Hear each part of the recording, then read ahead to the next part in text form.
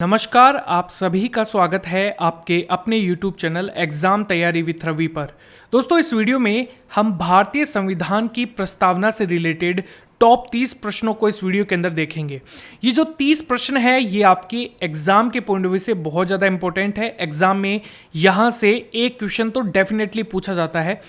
इस वीडियो के अंदर हम प्रस्तावना को कंप्लीटली एंड कर देंगे, यानी कि जितने भी क्वेश्चन प्रस्तावना से बन सकते हैं वो मैंने इस वीडियो के अंदर आप लोगों के लिए कवर किए हैं। अच्छा, सबसे पहले हम इस वीडियो की शुरुआत करें उससे पहले आप वीडियो को यहीं पर पॉज कर लीजिएगा और इस प्रस्तावना को पूरा ध्यान से यहां से लेकर यहां तक जरूर पढ़िएगा, क्योंकि ये exact at is it exam में पूछी जाती है। तो चलिए स्टार्ट करते हैं पहले प्रश्न के साथ। पहला प्रश्न है, संविधान की प्रस्तावना में भारत को क्या कहा गया है?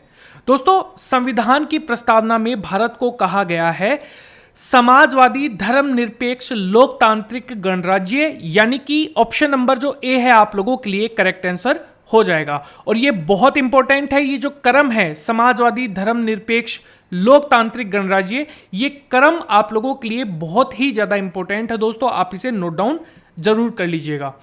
अगला प्रश्न है दूसरे नंबर का, भारत एक धर्मनिरपेक्ष राज्य है, इसका मतलब क्या होता है? कि भारतीय जो राज्य है ये दोस्तों ये जो है ये किसी निश्चित धर्म का समर्थन नहीं करता है। यानी कि धर्मनिरपेक्ष का मतलब हमारा जो राज्य स्तर है, यानी कि अगर हम इंडिया के पर्सपेक्टिव में देखें कि भारत जैसे कि पाकिस्तान है, पाकिस्तान के नाम के आगे जो है ये एक मुस्लिम कंट्री है ये कहा जाता है, लेकिन भारत देश के आगे ये नहीं कहा जाता कि ये एक हिंदू कंट्री है या फिर एक सिख कंट्री है या फिर एक मुस्लिम कंट्री है। ये क्या है? ये धर्मनिरपेक्ष राज्य है। इसका मतलब है इसके राज्य स्तर पर कोई भी धर्म जो है वो नहीं माना गया है। ऑप्शन नंबर सी आप लोगों के लिए करेक्ट आंसर हो जाएगा। अगला प्रश्न है, भारत के संविधान की प्रस्तावना में समाजवादी और धर्मनिरपेक्ष शब्द को किस संविधान संशोधन के द्वारा जोड़ा गया? दोस्तों, यह संविधान संशोधन था 42वें संविधान संशोधन के द्वारा। ऑप्शन नंबर बी आप लोगों के लिए करेक्ट आंसर हो जाएगा। दोस्तों, अगर आपको ये वीडियो पसंद आता है, अगर आप चाहते हैं कि पॉलिटी की ये सीरीज आगे कंटिन्यू रहे और हिस्ट्री की और बाकी जो जियोग्राफी है, इकोनॉमिक्स है, अगर आप चाहते हैं कि इन सभी की सीरीज जो है वो वापस स्टार्ट हो, तो आप लोग जो है इस वीडियो को लाइक जरूर कीजिएगा, क्योंकि जब आप लाइक करते हैं तभी एक मोटिवेशन बन पाता है आप लोगों के लिए रेगुलर वीडियोस लाने का। टॉपिक वाइज हम पॉलिटी को पूरा कवर करेंगे, जैसे कि आज प्रस्तावना से रिलेटेड है, कल हम आगे जितने भी टॉपिक हैं उन सबको कवर करते हुए चलेंगे। दोस्तों, आप लोगों के लिए डेली 4 क्लासेस आती हैं। अगर आप क्लासेस ज्वाइन करना चाहते हैं, चैनल को सब्सक्राइब करके बेल आइकन को दबाना बिल्कुल भी मत भूलना। अगला प्रश्न है, गणतंत्र होता है। दोस्तों, गणतंत्र का मतलब होता है राज्य जहां पर अध्यक्ष जो है ये वंशानुगत रूप से न हो, यानी कि ये क्या हो, लोकतांत्रिक तरीके से चुना जाए। ऑप्शन नंबर डी आप लोगों के लिए करेक्ट आंसर हो जाएगा। अगला प्रश्न है, प्रस्तावना का वह प्रावधान जो सभी वयस्क नागरिकों को मतदान का अधिकार प्रदान करता है क्या कहलाता है? दोस्तों, ये कहलाता है प्रजातंत्र। ऑप्शन नंबर बी आप लोगों के लिए राइट आंसर हो जाएगा। ये भी काफी इंपॉर्टेंट है, आप इसे मोस्ट इंपॉर्टेंट में नोट डाउन कर लीजिएगा। अगला प्रश्न है, भारतीय संविधान की उद्देशिका यानी कि प्रेम्बल ऑफ इंडियन कॉन्स्टिट्यूशन में परिवर्तन किस संशोधन अधिनियम के द्वारा किया गया था? दोस्तों, ये किया गया था 42वें संविधान संशोधन के तहत 1976 के अंदर, जब इमरजेंसी लगी हुई थी। दोस्तों, ठीक है, जब इमरजेंसी जो है आपातकाल जो है वो लगा हुआ था यहाँ पर, ठीक है, आपातकाल लगा हुआ था। उस दौरान जब प्रधानमंत्री जो है वो कौन थी? इंदिरा गांधी जी थी। तब यहाँ पर ये कॉन्स्टिट्यूशन के अंदर प्रेम्बल के अंदर ये कुछ परिवर्तन जो है वो किए गए थे। 7वें नंबर का प्रश्न है, किस वर्ष भारत एक संप्रभु संपन्न प्रजातांत्रिक गणराज्य बन गया था? दोस्तों, ये बना था 1950 के अंदर। ऑप्शन नंबर सी आप लोगों के लिए करेक्ट आंसर हो जाएगा। अगला प्रश्न है, निम्नलिखित में से किस तिथि को भारतीय संविधान लागू किया गया? दोस्तों, आप सभी को पता है 26 जनवरी 1950 को जो हमारा कॉन्स्टिट्यूशन है ये लागू किया गया। इस दिन हम गणतंत्रात्मक जो कंट्री है वो बन गए थे। ऑप्शन नंबर बी आप लोगों के लिए करेक्ट आंसर हो जाएगा। 26 नवंबर 1949 को हमने जो अपना कॉन्स्टिट्यूशन है इसको अडॉप्ट किया था, अंगीकृत किया था, संविधान सभा ने इसे स्वीकार किया था कॉन्स्टिट्यूशन के तौर पर। ऑप्शन नंबर बी आप लोगों के लिए राइट आंसर हो जाएगा। अगला प्रश्न है, भारतीय संविधान की प्रस्तावना जो कि प्रेम्बल ऑफ इंडियन कॉन्स्टिट्यूशन में जिन आदर्शों और उद्देश्यों की रूपरेखा दी गई है उनके आगे व्याख्या की गई है। दोस्तों इनकी जो व्याख्या है, जिस तरीके से प्रेम्बल में जो भी बातें कही गई हैं, जैसे कि धर्मनिरपेक्ष, लोकतांत्रिक, गणराज्य, बोलने की स्वतंत्रता, अभिव्यक्ति की स्वतंत्रता, ठीक है, धर्म की स्वतंत्रता, तो ये जो चीजें हैं ये कहां पर देखने को मिलती हैं? दोस्तों जब आप कॉन्स्टिट्यूशन जो है वो आप पढ़ते हैं तो आपको मूल अधिकारों के अंदर, राज्य के नीति निर्देशक सिद्धांतों में और मूल कर्तव्यों में ये जो सारी जो प्रेम्बल की चीजें हैं वो आप लोगों को देखने को मिलती हैं आर्टिकल्स में। यानी कि ऑप्शन नंबर जो सी है आप लोगों के लिए करेक्ट आंसर हो जाएगा। अगला प्रश्न है, भारत की संप्रभुता, एकता और अखंडता को अक्षुण्ण बनाए रखने और उनकी रक्षा करने के लिए करने का जो प्रावधान है ये किया गया था। तो दोस्तों ये किया गया है प्रस्तावना में, यानी कि ऑप्शन नंबर जो बी है आप लोगों के लिए करेक्ट आंसर हो जाएगा। ये वेरी वेरी इंपॉर्टेंट है, आप इसे मोस्ट इंपॉर्टेंट में नोट डाउन कर लीजिएगा। दोस्तों अगर आपको ये वीडियो अच्छा लगता है इस वीडियो को लाइक जरूर कीजिएगा, और आप लोगों के लिए हम हिस्ट्री, जियोग्राफी, पॉलिटी, इकोनॉमिक्स की जो मिक्स क्लासेज हैं वो भी आप लोगों के लिए लेकर आ रहे हैं, जिसके अंदर हम 500 क्वेश्चंस की जो सीरीज है वो हम चला रहे हैं सबसे पहले।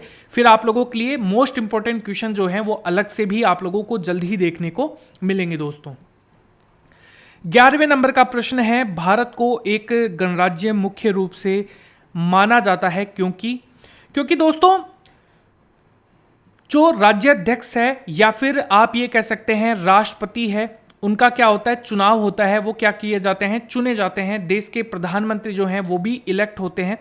आप ये कह सकते हैं जो उनके द्वारा जो लोकसभा के जो मेंबर्स हैं उनके द्वारा जो प्रधानमंत्री हैं वो चुने जाते हैं। तो एक चुनी हुई सरकार जो है वो राज्यों का नेतृत्व करती है। दोस्तों ऑप्शन नंबर डी आप लोगों के लिए करेक्ट आंसर हो जाएगा।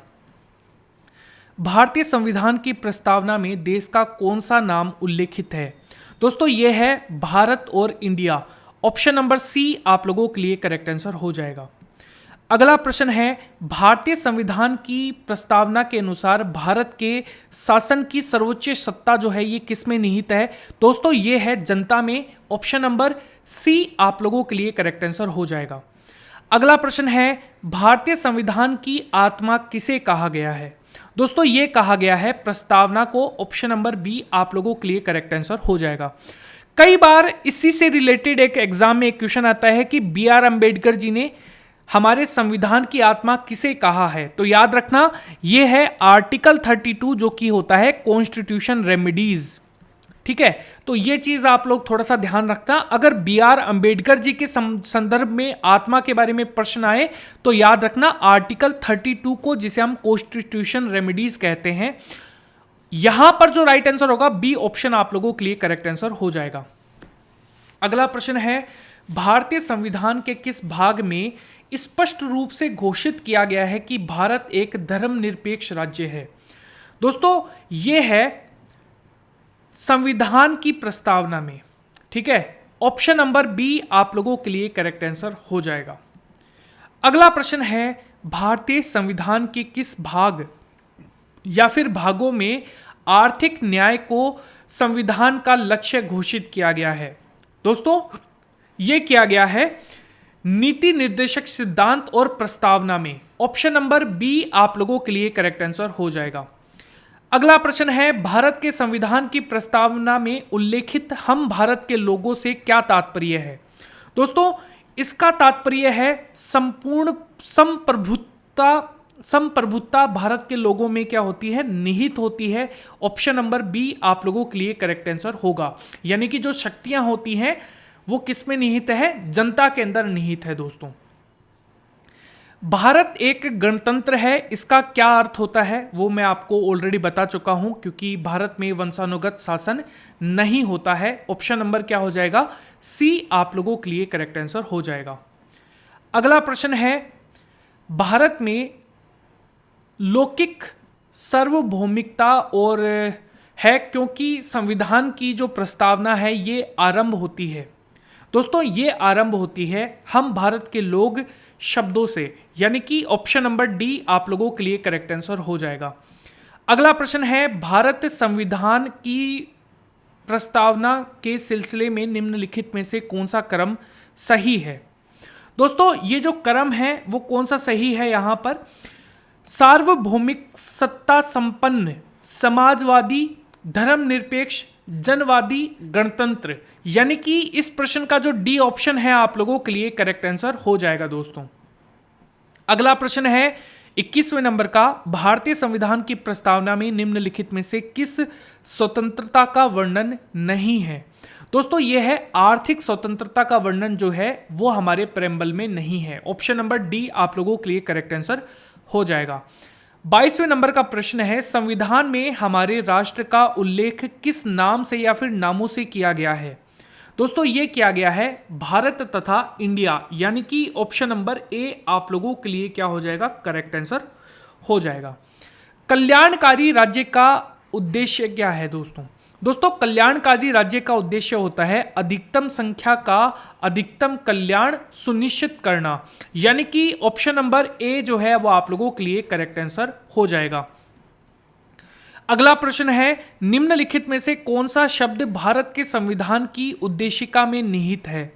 दोस्तों ये है लोक कल्याण, यानी कि डी ऑप्शन आप लोगों के लिए करेक्ट आंसर हो जाएगा। अगला प्रश्न है, भारतीय संविधान की प्रस्तावना में संशोधन किस वर्ष में हुआ था।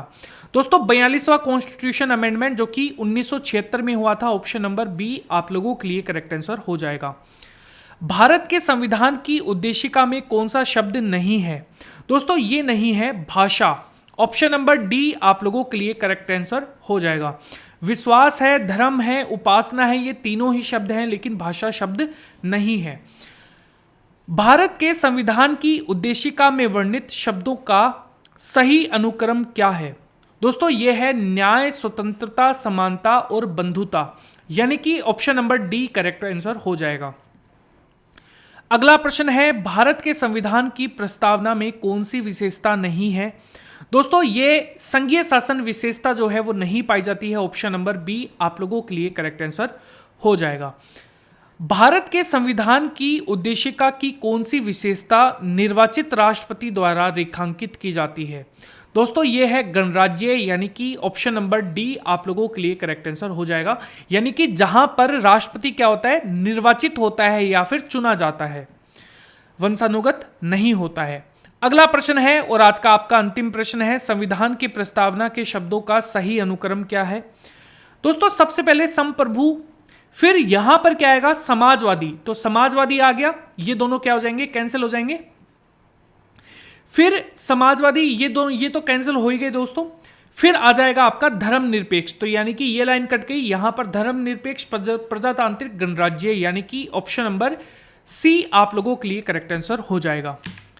दोस्तों आपको ये वीडियो कैसा लगा। अगर आपको ये वीडियो अच्छा लगा है, वीडियो को लाइक कीजिएगा, शेयर कीजिएगा, कमेंट करके आप मुझे ये भी बता सकते हैं कि आपको ये वीडियो कैसा लगा। चैनल को सब्सक्राइब करके बेल आइकन को जरूर दबाइएगा। धन्यवाद।